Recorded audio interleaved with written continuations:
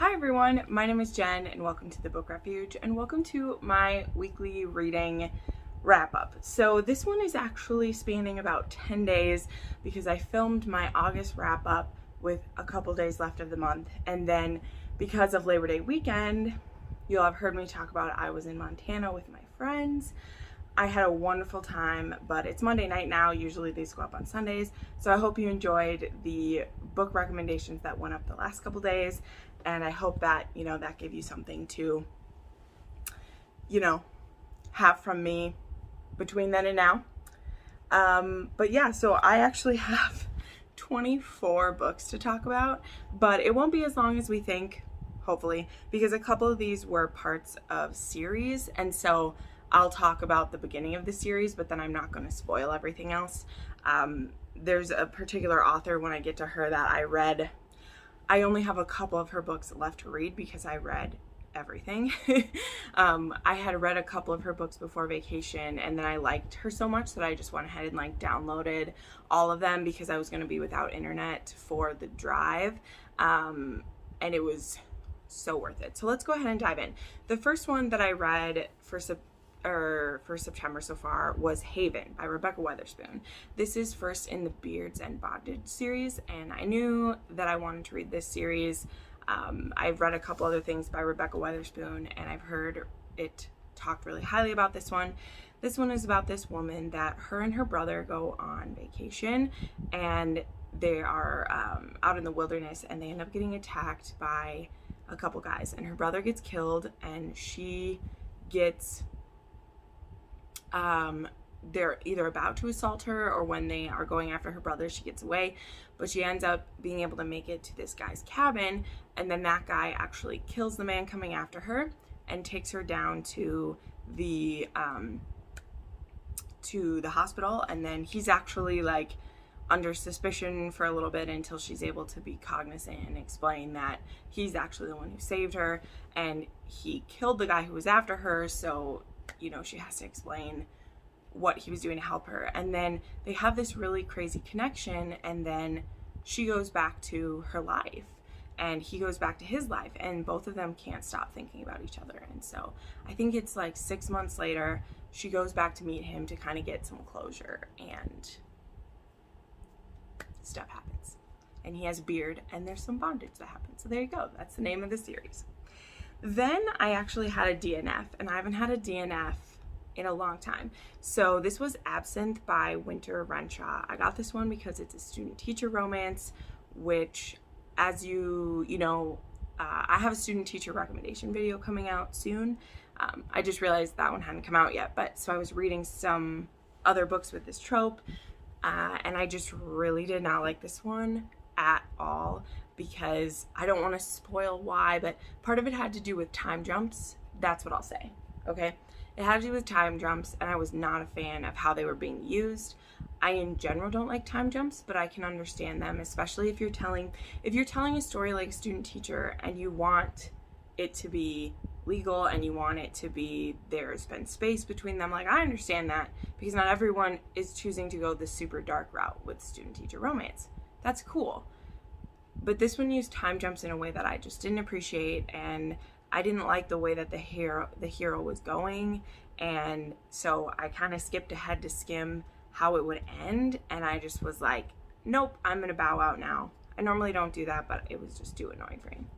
Then I read Wrecked by Arabella Abbing. This is a stepbrother romance. This is a romance where their parents didn't get married until they were adults, I think. I'm trying to remember now, because I only gave this one a 3.5 star. So I really liked some of Arabella Abbing's that I read last month, but they were more full length. This one was too short, and it had to do with he ends up running away because of their chemistry with each other, I think.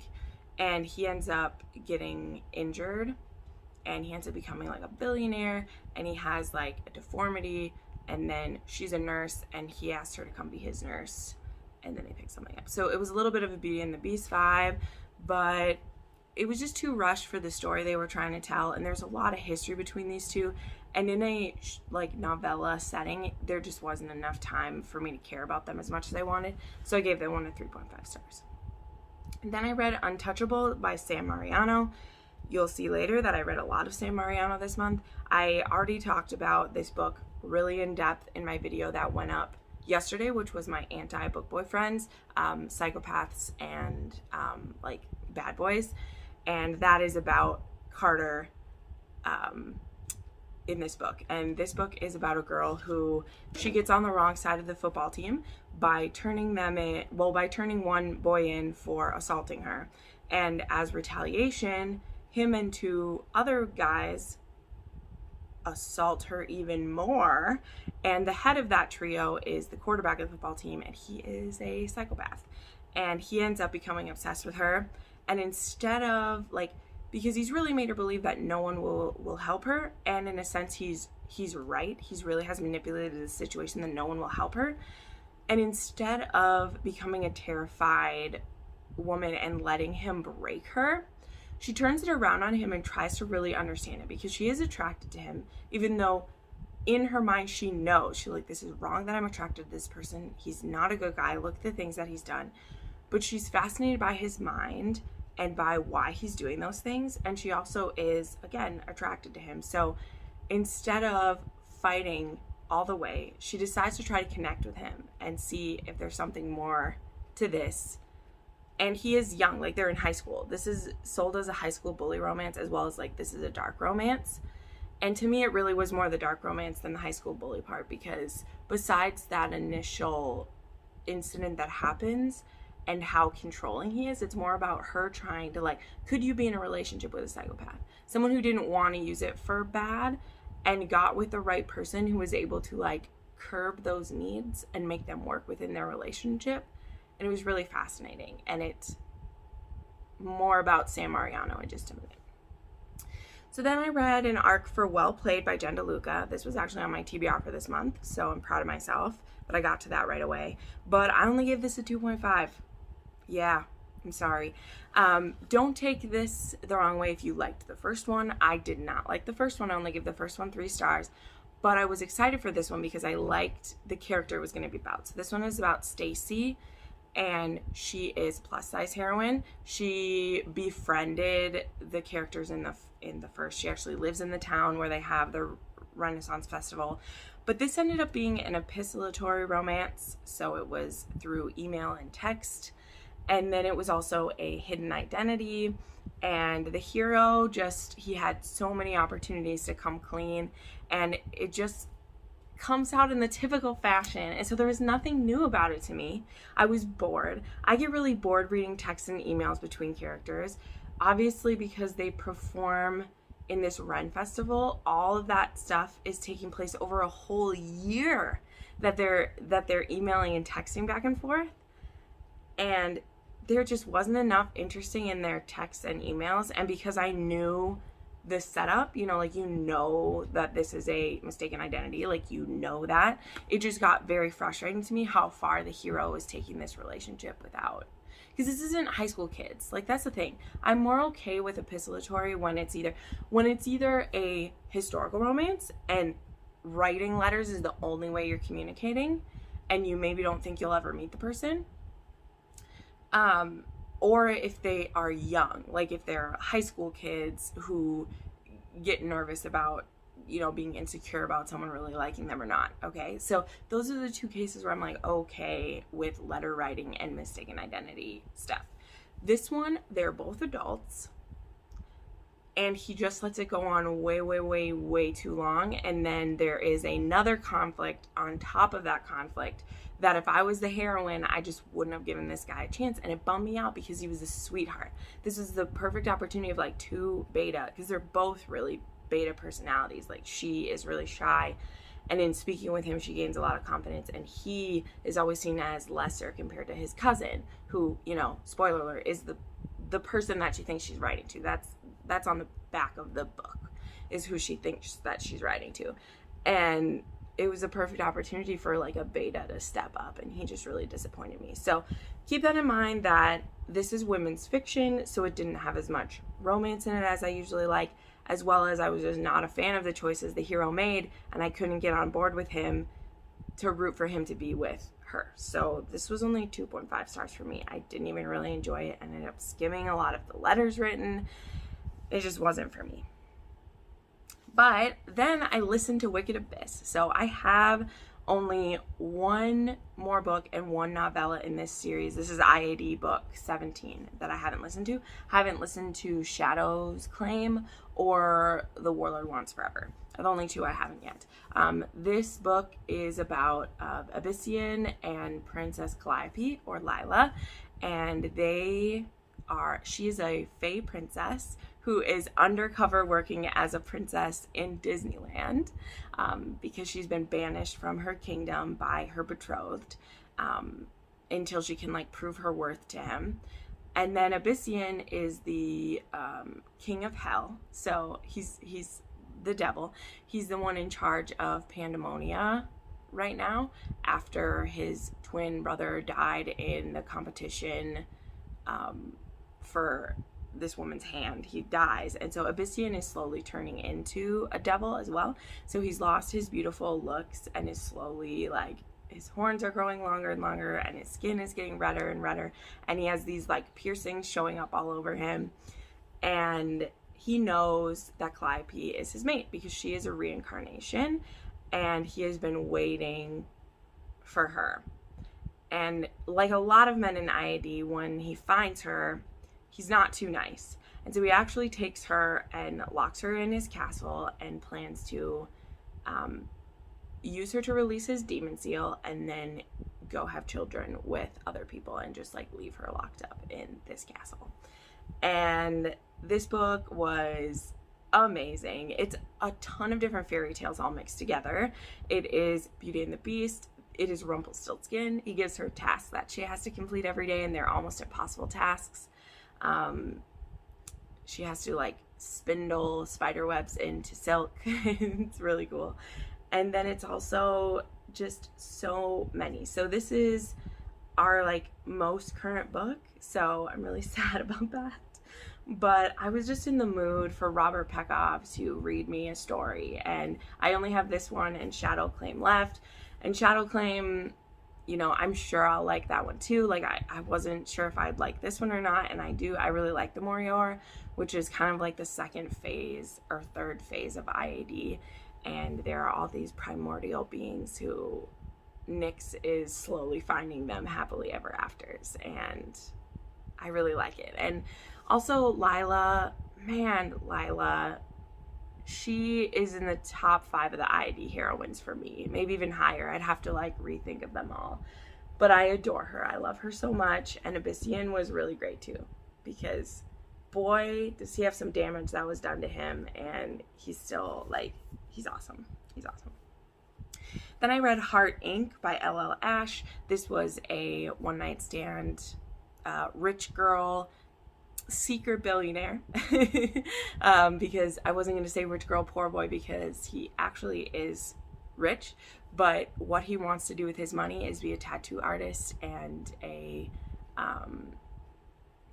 and do art, like not just tattoos, but so he owns his own shop. And when this girl comes in after a bad breakup, her and her friends convince her to get a piercing, and there's an instant connection between them. So then she comes back 2 weeks later to get a tattoo, and they end up having a fling. And it's really hard for her because she's kind of going through her rebellion phase because her family wants her to get back with the fiance who cheated on her, and she's like, no, I'm worth more than that. I'm not going after this man just because of his last name.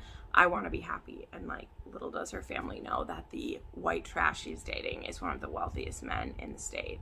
And it was fun. Then I read Kodiak by Delta James. This was a shifter romance, and I guess she writes really twisted, dark shifter romances. This one definitely was. There was definitely some non-consent happening, and I wasn't a huge fan of it, but it was a novella, and he's a bear shifter, and I thought that would be fun to read, but it was a bit much, so I gave that 3 stars. Then okay, let me get this other one out of the way. I read Have Mercy by Daniel James. This was a novella, stepfather romance. I didn't really care for it. I gave it 3 stars. Then I started the San Mariano train. So let's talk about these books. So as I mentioned earlier, I read Untouchable by her, which was a standalone high school bully romance. Then I discovered that she has a mafia series, which is what most of her titles revolve around, is this mafia family. So the original series is called The Morelli Family, and the first one is called Accidental Witness. And this is about a girl named Mia, and she and her mother and younger siblings live in this like rundown home, and the home next door is burning down one night. And Mia had just went outside to make a phone call, and she sees one guy leaving, and then she sees another guy leaving, and she actually like records it, which she shouldn't do. And that one guy who's leaving is a guy in her class at school. And so she's terrified, and sure enough, the next night he sneaks into her apartment and threatens her, but not in a really intense way. Like he takes her phone and like deletes the video, and then he's like, you can't tell anyone. No one can know that you exist or that you saw this, because you'll be dead. And I don't want to be the one to do that. So his name is Vince, and Vince is really struggling with being a son of the mob or a cousin of the mob. And so his mob boss, his name is Matteo, and he is really ruthless. And if he found out that this girl had seen this, he would just instantly kill her. Okay? Well, Vince can't seem to leave Mia alone, and Mia is really drawn to him, so he continues to kind of come see her, and they end up dating, and then Matteo finds out about Mia. So I'm giving you more details about this to pull this along, because this is the first in an 8-book series, and what happens in Accidental Witness is not what happens in the rest of the series. So Accidental Witness is a completely like different book than you're gonna get with all the rest of the books, okay? So I need to like give a little more detail of this one than I will with the corresponding books. But anyway, so Matteo finds out, and he brings her to his home for Sunday dinner, because the family always gets together for Sunday dinner. And then Matteo brings her and Vince into the library, and he has her kneel down, and he holds a gun to her head, and he is like, okay, have you told anybody? All right, what do you know? Are you willing to be, quiet about this? Okay, you're now Vince's responsibility, and as long as Vince is willing to have you as a responsibility, you get to live. So basically at 18 years old, Mia and Vince are now together forever. And they've only went on like 3 dates. Because if Vince ever wanted to dump Mia, or Mia wanted to leave Vince, Matteo would kill her. So that is what you're getting into with Accidental Witness in the beginning. So the next 3 books are about different couples in this family. There's Adrian is an enforcer. He is Matteo's right-hand man, and he falls in love with Elise, who is the child of a maid within the house. And so Adrian actually like works off her debt to then take her home with him so she can be like out of it. Then there's also Matteo's sister, who actually falls for the son of another mob family, and at one point she then runs away to be with him and causes a whole lot of problems. And then there's also Matteo. The second book is called Surviving Matteo, and there's this woman named Meg who has a young daughter, and her husband messed around with the mob and got himself killed, and she's actually relieved about it because her husband was really getting drunk all the time and gambling and making a lot of bad decisions. So Meg is actually like okay that her husband is gone, except she gets approached by a rival family that if she will poison Matteo, they'll take care of her. So they get her set up on a date with Matteo, and she actually has an instant connection with him, is really intrigued by him, really likes him. And then he knows that she's going to poison him. So he gives her the choice. I can either kill you right now, or I'm going to own you. You're going to work in my house until you die.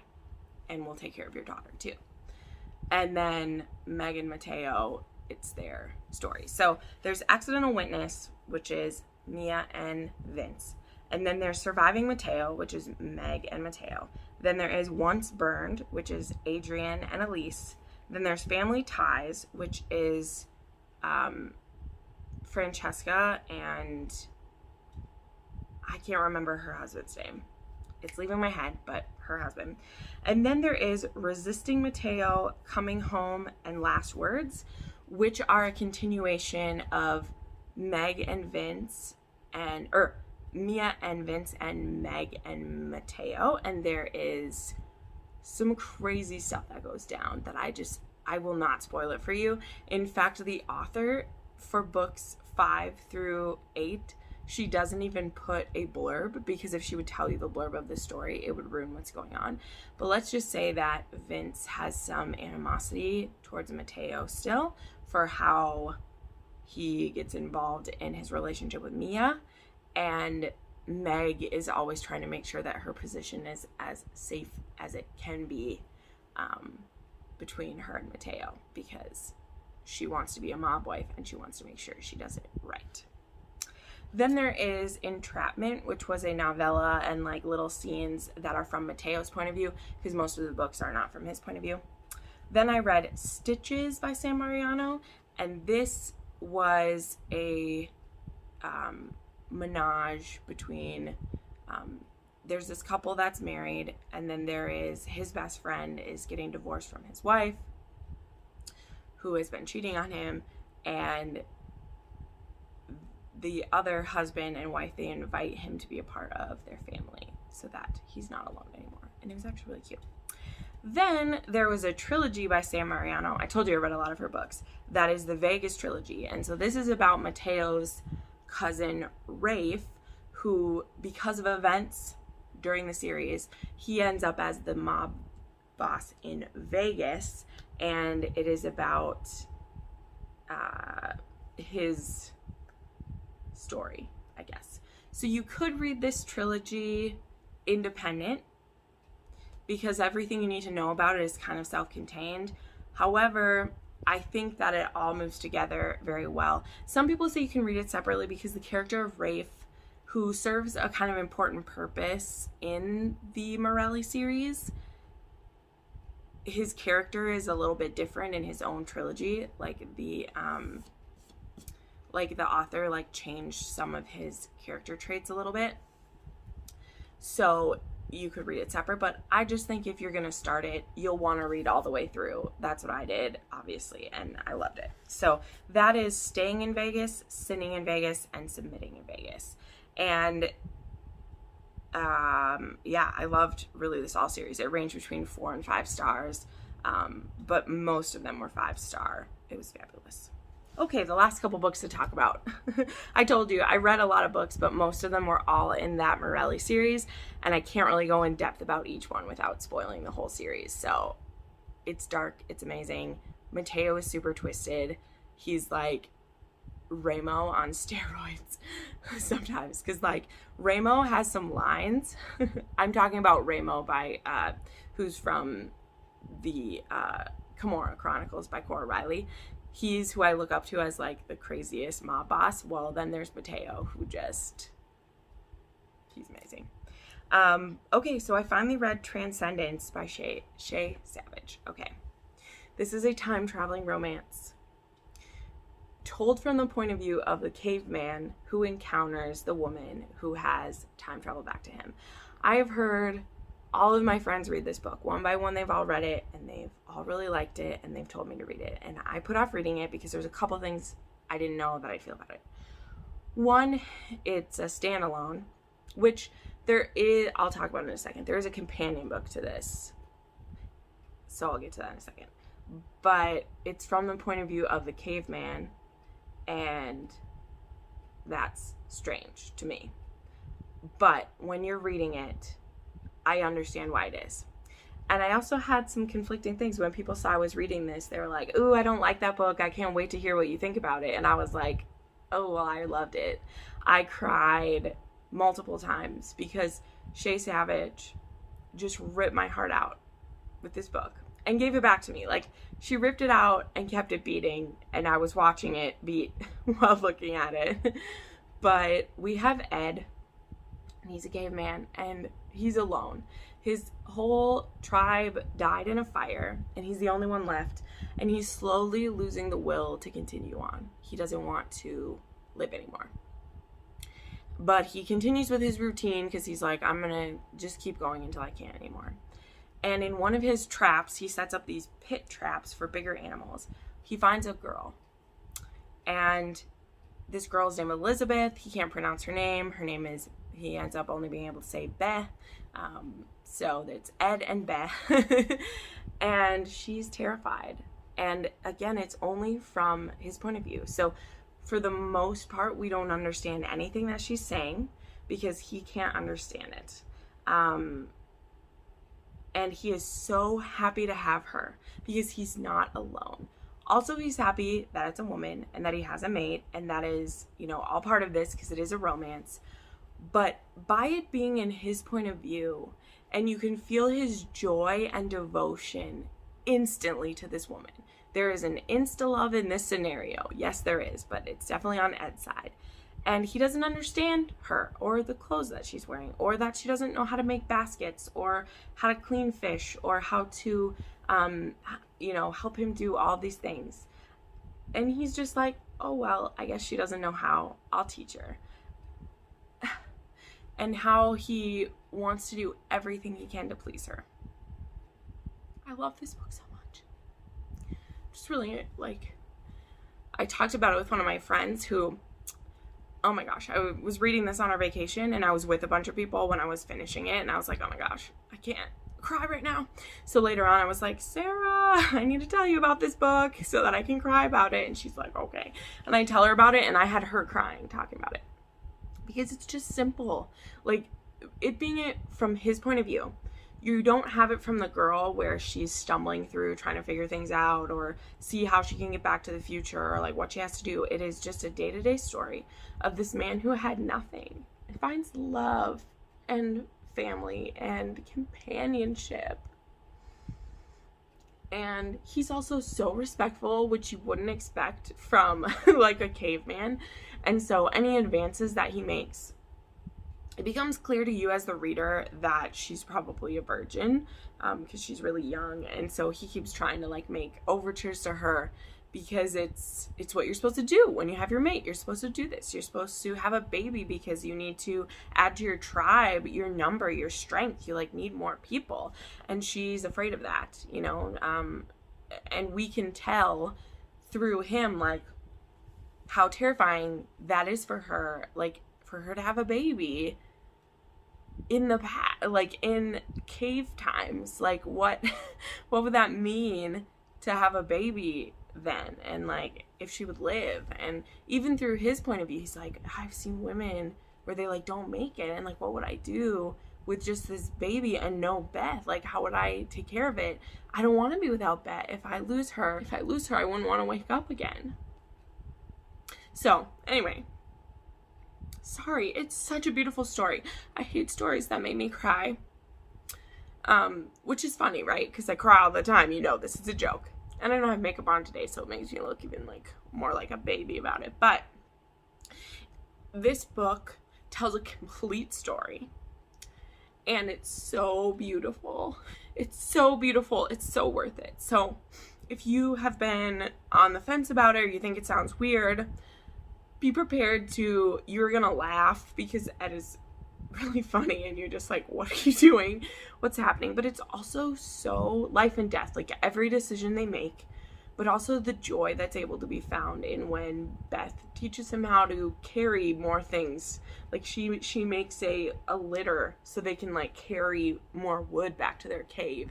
And he's like, oh, I have the smartest mate that ever was. Like, how did she figure this out? She's amazing. And so there's so many things about it that are great. Okay, and then I read Luff's. Here's a picture of it. That's how Ed is able to pronounce love, because Beth tries to teach him how to say love, and he can only pronounce love. So this is a companion novella that is Transcendence from Elizabeth's point of view. So I won't say like anything about that, because it's great to read Transcendence and not know anything about Beth and like where she came from and what's going on. And then when you read the novella, which is only like 100 pages, and it just hits kind of the most important parts of that story from her point of view, and about how she got there, why she stays there, and the knowledge that she has. Because there are certain things that Beth knows about what her future is in the past that just break my heart, but just make it even more beautiful.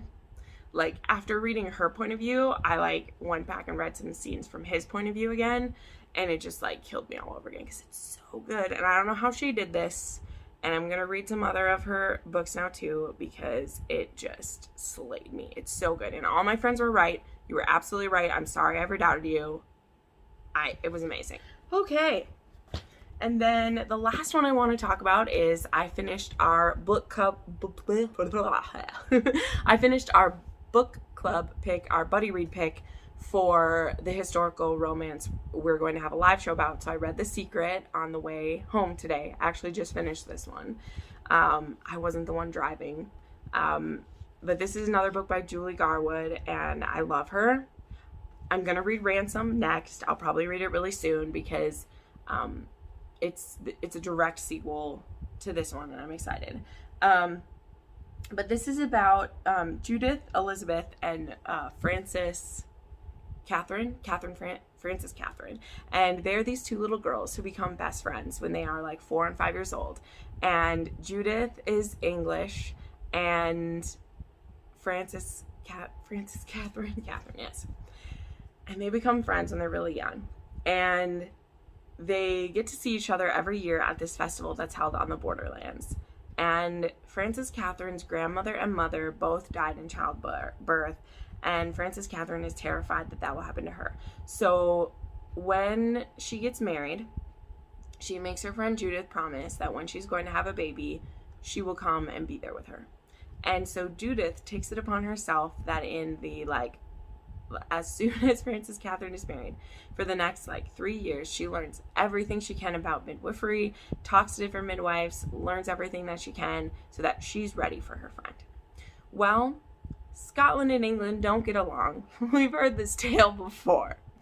And so when Frances Catherine is getting ready to have her baby, she pleads with her husband to please go get her friend. And so not only is it trouble getting them to agree to go get her, they all believe that the English are faithless and don't keep their word, and they're going to make this whole trip, and then Judith isn't going to come back with them anyway. So Ian, who is Frances Catherine's brother-in-law, is also the laird, and so he agrees to go get Judith and bring her back. So he goes with 3 of his men to find her. She basically just ditches her uncle that she's living with, because he's kind of a mean drunk and he hits her sometimes, and he would never agree with it anyway. And she meets these warriors and she leaves with them. And number one, they're stunned that she's actually going to come, and they can't understand why her being there is so important to Frances Catherine. But very quickly they are all taken with her, and they think she's just amazing. Julie Garwood, this is only the second book of hers I've read, but she writes her heroines so well. And I loved Judith, and I loved Ian. Ian was much easier to get along with for me than Alec was from The Bride, which I still loved Alec, but he was outwardly kind of rude and brusque. And Ian, he is at certain times, but he is kinder to her, much quicker. And then there's Broderick and Alec, and Broderick also hates the English, but after 2 days, he really likes Judith too. And so he says to Ian, he's like, Ian, do you want her? And Ian's like, why do you ask? And he's like, because if you don't, I do. And I love that so much. because Ian's really trying to fight it because he's the Laird and he knows that it would just look bad and be an uphill battle if he were to love an English woman. And it gets worse because there's more things going on, and the secret is a secret that could ruin them. And I'm not being overly dramatic. The secret, what this ring means and what this ring holds for this couple, could cause a lot of problems. And Ian doesn't even know that when he's falling in love with her. And she's falling in love with him too, but she doesn't think anything will ever happen with it. And so she doesn't think to protect herself in that way. So, all right, I'm going to wrap this up. Man, I blame it on I haven't had enough sleep, but I cry about everything. So there you go. Thank you so much for watching this week's wrap up. Sorry that it's a little bit late, but on the plus side, you'll be getting another one really soon. So thank you so much for watching. I put up new videos 3 to 4 times a week, and you can watch them right now. Bye.